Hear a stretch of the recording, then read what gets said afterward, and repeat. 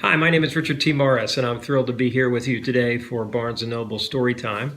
I'm the author of this book right here called Bear Came Along, illustrated by Lewin Pham, and I'm going to read it here. I will tell you that I find it difficult to hold the book and to turn the pages and read it at the same time. So I have two books here, and what I did is I went ahead and took the dust jacket off one of them here. It's kind of cheating, but if you do that, you'll see that there's another cover underneath. You have a book at home, sort of bonus cover there. Bear Came Along. Here we go.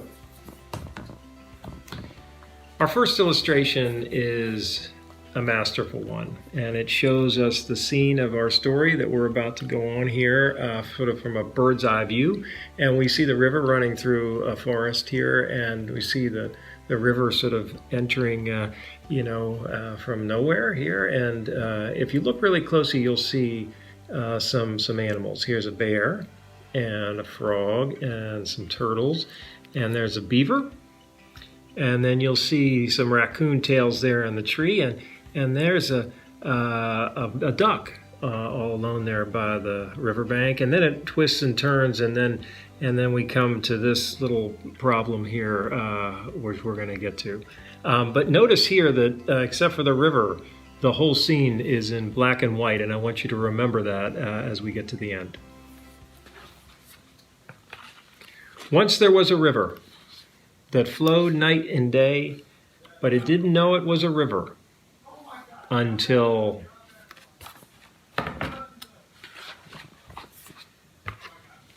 Bear came along.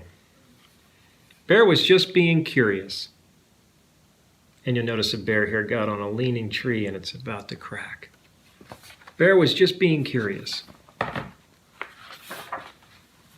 When he realized what the river could do, in he goes. But he didn't know he was on an adventure until here comes somebody into the frame. I wonder who that is. Froggy hopped on. Froggy hopped right onto his head. I love that. Froggy was a lonely frog who was looking for a friend, but she didn't know how many she had. That's a mighty big bear right there. Until the turtles showed up. The turtles tried to warn them about the things that could go wrong.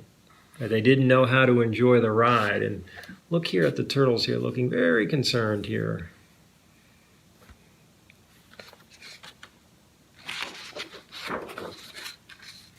Until Beaver climbed aboard. Beaver was born to captain. He knew exactly where to go, but he didn't know about the detours until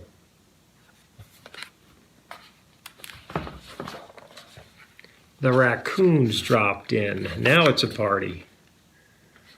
The raccoons were so excited about the twists and turns ahead, but they didn't know how to be careful. Until they crashed into Duck. Uh-oh. Duck was so content being right where she was, but she didn't know there was a world to see.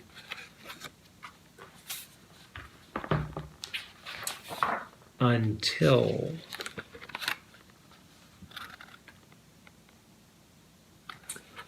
it looks dangerous.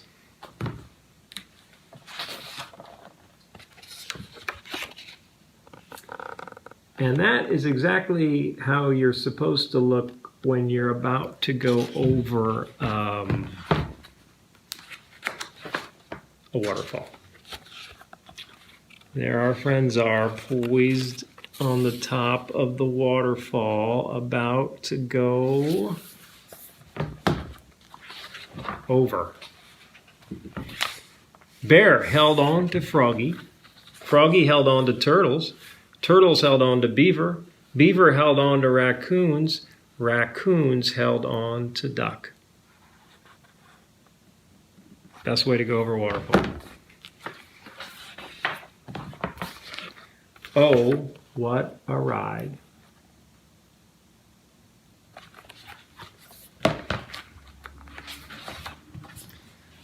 So many different animals living their separate lives, but they didn't know they were in it together until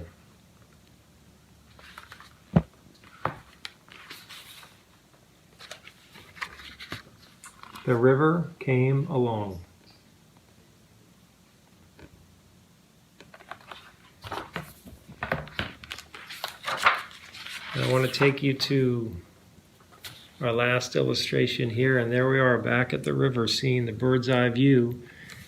River coming in here, and then the river disappearing mysteriously as it winds around, and there our friends are in the middle of their journey somewhere. And I want you to notice that the whole scene now is in color. We're all in this together. Be safe.